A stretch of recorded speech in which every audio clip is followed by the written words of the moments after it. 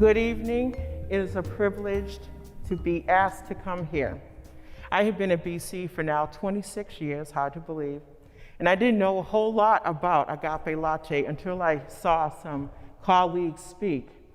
And then I heard great things about it. And then once I got asked to speak, I got excited about it and wanted to do it, and I got really interested.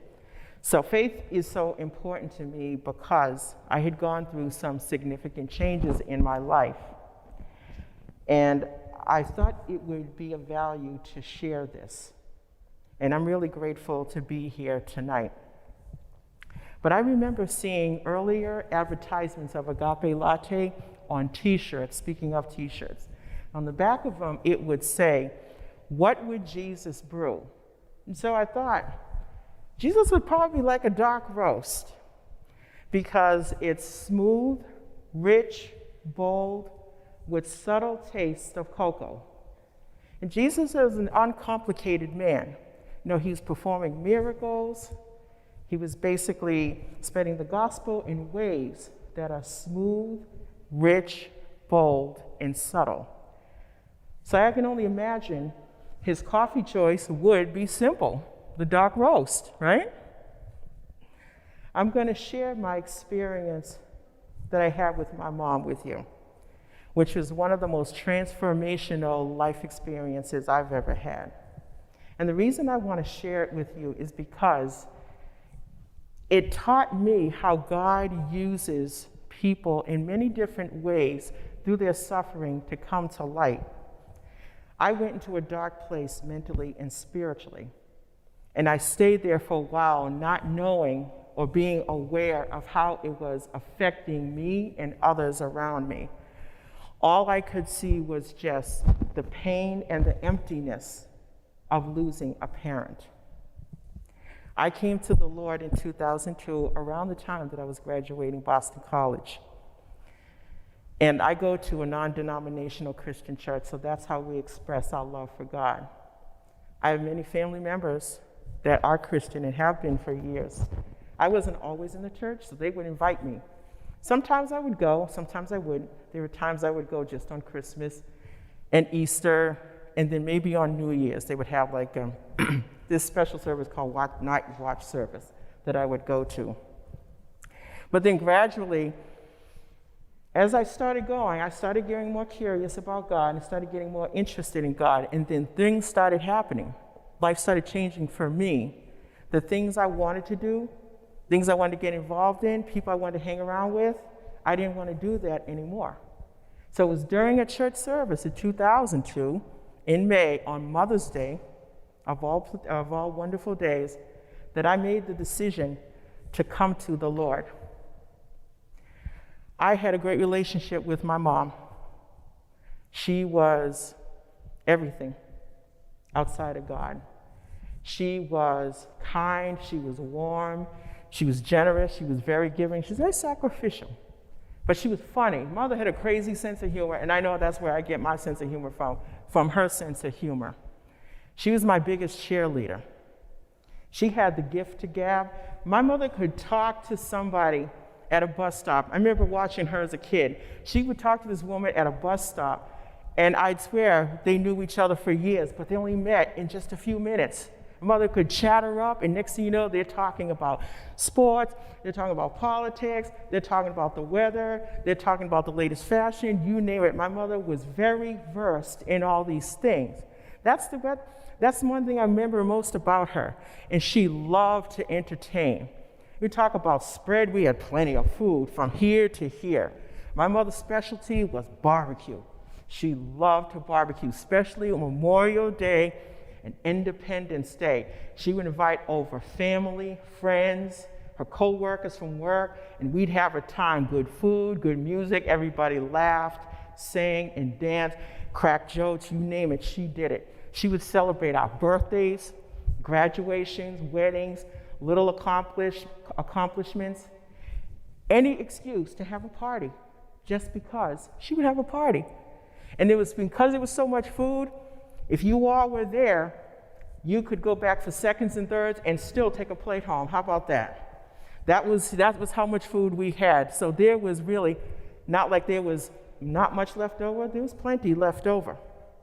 She made us, as her children, feel loved. She was a divorced woman who's raising 4 kids. I'm the youngest, or what they call the baby of the family. And she made us feel special, like we were the most important people in the world. At least to her, we were. She would always encourage us to do the best we can. We could be and do anything we wanted to be. If one career opportunity didn't work out, she would always encourage us to keep going, keep trying, never give up. It's one thing to fail, because you can pick yourself up, dust yourself off, and keep going. But she never wanted us to give up. And if I had a problem, especially when making decisions about anything career-wise, Mom always had the answer. To her, she was invincible when we were kids. Because anytime we had a problem, go to Mom. She can handle it. She'll take care of it. And she did. And it made us feel really good. She had a great impact on my life. She taught me a lot of great values, including the Christian ones, but she always said, never give up.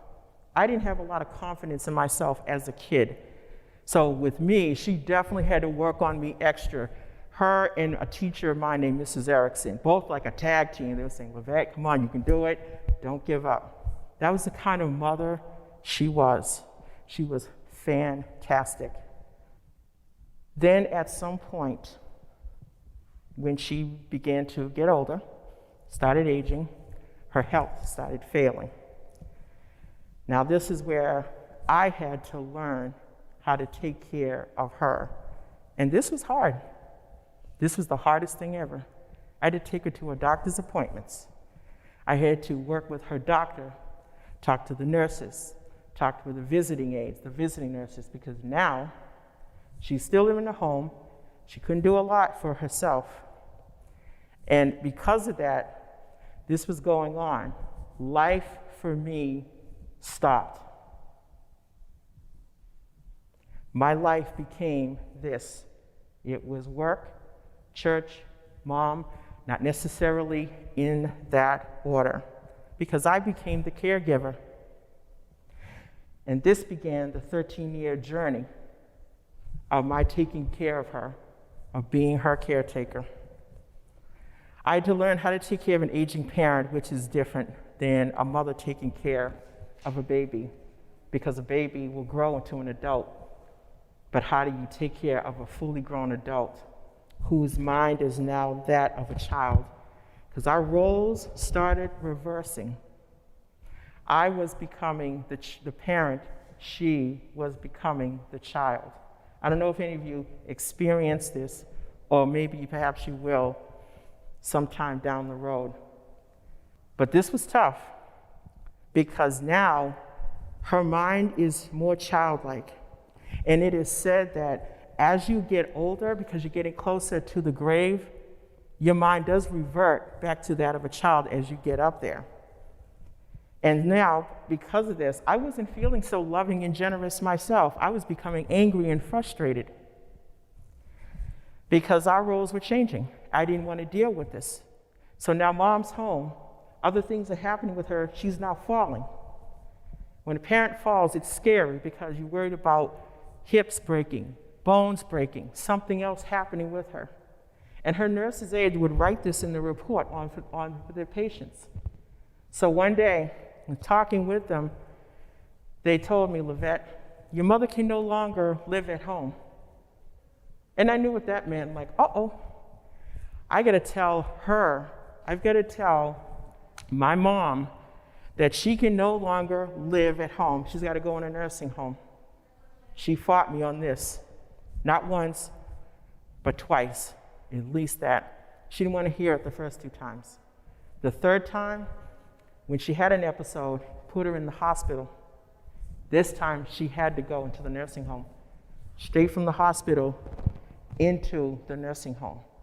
Now, this began an application process for long-term care called Mass Health in this state, which is brutal because they want to know everything.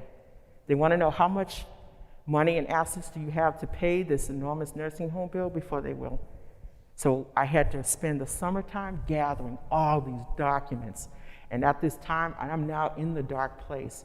And I'm getting more frustrated and more angry because I didn't want to do this. But I had to learn quick. And then I started asking God, why me? Why me? Why not my older sister? She gave my mother a hard time more than I did. I'm a good sister. Why me? Why am I stuck with this? And that's why I felt like I was stuck. Well, God answered that question. Because I need you to do this. You're the only one who can do this. You're the only one who will do this. Caringly, lovingly. Your other siblings won't. They may be dragging, kicking, and screaming, but you're the only one who can do this. So after that, I kind of changed my mindset a bit there. Still angry, still frustrated. But then now, instead of focusing on me, let me talk to Mom. She's going through this. Let me find out what's going on with her, how she's feeling. So I said, Mom, how are you feeling? I know I've been concentrating on me, but how are you doing? She said, well, Vet, it sucks. She said, it sucks getting old. It's like, I can imagine. But you know something? She was still concerned about me. She was concerned about how this was affecting me. She didn't want to be a burden to me. She didn't want to feel that way, and I would reassure her, Mom, you're not a burden. I love you. I love you. Because every day she would tell me how much she loved me, and I would tell her back, especially in these moments. Now, I went from just really focusing on how I was feeling to her. Because everything now that I wanted to do from that point on was for her. I wanted her last moments to be good. I wanted them to be beautiful. I wanted them to be happy. I wanted to be there for her. I was there to do everything I could for her. I wanted to be her protector and her provider from everything. That's what I did. So that took care of that question, why me? So the application process is still ongoing. And of course, the summertime, I'm still dealing with all of this. But let me ask you a question. Have you ever experienced the frustration of a copier? Let me tell you about this experience that sent me over the edge. In a way, to this day, I'm still embarrassed by it. So here it is now, Labor Day. I thought, surely I can enjoy this day, right? Right? No. Agency called and said, Lavette, we need your mother's bank statements updated for this and this. I'm like, oh my God, are you kidding me? It's Labor Day, it's summertime. I want to go out and hang out somewhere. Couldn't do that. Could not do that. So I had to go to Staples and use their machines. They're having technical difficulties. Go to the copier, put in my credit card, ready to start my copier. All of a sudden I hear, zoom. What happened? I'm about to lose it. Staples employee cuts off the power of those row of copiers in the middle of it. That's it. It's on like Donkey Kong now. Now I'm going to let her have it. I called her everything except a child of God. I called her stupid. I called her dumb. What do you think you're doing?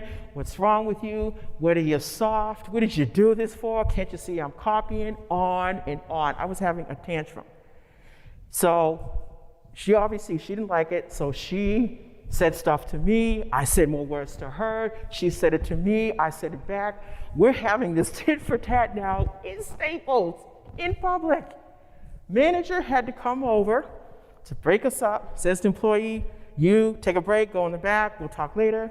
She turns to me and says, ma'am, how can I help you? What's going on? I said, listen, this little blankety blank, and you can use your imagine what the blankety blanks were. I won't repeat them here because I did use some colorful language. This little blankety blank shut off the power. I need my copies. It's charging me, and I want my money back. Ma'am, let's go over here to the copier. I will help you, and I will take care of you. So she did. So as she's making my copies for me, so I had a chance to sit there and wait. Da-da-da-da-da. Temperature has a chance to come down. Now I'm feeling mortified, stupid, embarrassed. What did I do? That wasn't me. That was not me. And it wasn't about the stupid copier. It was about the fact that I was going through so much with Mom that I blew up in this place. And I behaved out of pocket so uncharacteristically of me. And I thought, oh my God, I look like a royal fool. So I apologized to the manager. I said, listen, I am really, really sorry that I did that. I'm just going through a rough time right now with something. And unfortunately, it came out here. So please accept my apology. If the young lady who was here were here, I'd apologize to her too, but she's not here. And who knows what kind of a day she was having. Before I came, she could have been saying zippity-doo-dah, who knows, until I showed up and messed it up for her. So the manager, she was very nice, professional, and gracious. She said, that's okay, no problem. However, can you ever read somebody's thoughts on their face like, I know what you're thinking? So this is what I think her thoughts were. Ma'am, you don't have to pay. No problem. You're all taken care of. We just want you out of here as soon as possible before you say and do something else embarrassing. You crazy woman. I was like, okay. You know, I can tell she wanted me out of there. Know how I can tell? She was packing up my stuff in record time. She was copying, organizing, click, click, stapling, shoving it in the bag, click, click, shoving it in the bag, taping it up, nice little crease, short of putting a bow on it and pushing it to me saying, get thee gone, woman, you nutty woman. So I took the hint, left with my package, got in my car, and felt real stupid the entire day as the rest of the week. Told a friend of mine that week, she's like, you did that? She goes, yeah, high five, fist bump. Like, no. This is nothing to celebrate. I'm mortified at that. So 2 months later, after that incident, my mother passed away. Halloween morning, October 31st, 2018. Worst day of my life. Because now I had people to tell. I had to go to my brother's apartment. I had to tell him to call my sister in South Carolina. I had to tell my older sister. I had to tell my aunt and uncle, niece and nephew. While I'm on the phone with them, I hear a sound that I haven't heard in years, my brother crying. I heard him cry before. Been years since I heard him cry now. And when I'm on the phone with my aunt telling her sister passed, my mom passed, that's when I break down. So even my grieving for that moment was delayed because I had people to tell. Hard day.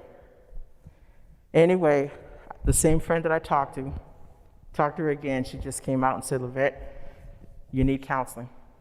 No, I don't. Yes, you do. No, I don't. Yes, you do. All right, let me just think about it, okay? She said, what do you think God has counselors here for? Okay, all right, yeah. So I thought about it. The following week at church sermon, pastor's preaching, and don't remember the exact sermon, but it spoke to me. He said something along the lines of, there are times when God will take you into a wilderness just to help you deal with certain things about you, certain issues in which no one else is around. And that many times God will also take your situation and use it to help somebody else. And then he quoted something from scripture that says, to much is given, much is required. And that was my aha moment, like, yeah, because I was given a lot and expected to do a lot without sibling help. So that resonated with me. But one thing it also did is that it cemented my relationship with God and my dependence on him and him calling me to action to help somebody else. So I did go to counseling. I went to counseling for 10 months, which is great because it really did help me. It was nice to talk to somebody outside of my circle that would just be a listening ear and that can help put things in perspective. And I got a chance to talk about what really bothered me throughout this whole process, among other things. And it also helped me to get back to journaling. I don't know if anybody journals here, but I find it very therapeutic because sometimes when you have things on your mind, you don't have anyone to talk to. It just helps to just write it down and just write it down. One of the things that affected me from my mom's death was that I kept seeing flashback of the telephone call over and over again like it was a movie. And so journaling that really helped. But overall, it helped me as I started going to counseling and started finishing. I started feeling much better. The joy in my heart came back. The smile on my face came back. Started getting more positive rather than being negative. I'm still grieving, but it's not like it used to be before because now it's been 2 years. Hard to believe it's been 2 years since her passing. And there are times I swear I could hear her voice. And I know there are times I sound just like my mom. Sayings it all, because that's how much she affected me. But God took this situation and helped me to use it to help somebody else. Gentleman in my church, his wife lost her mom a few years prior. As the spouse, he's struggling, having a hard time trying to help her cope with it. So I feel for him on that one. He didn't know about counseling until I told him what I did. So I hope the two of them are doing well. The other person is my god sister that I lost connection with 20 years ago, and we're now reconnected. Her mother was my godmother, and she too passed. So both mommies are gone, but at least I know where they are, in a better place. And we talk all the time. It's great.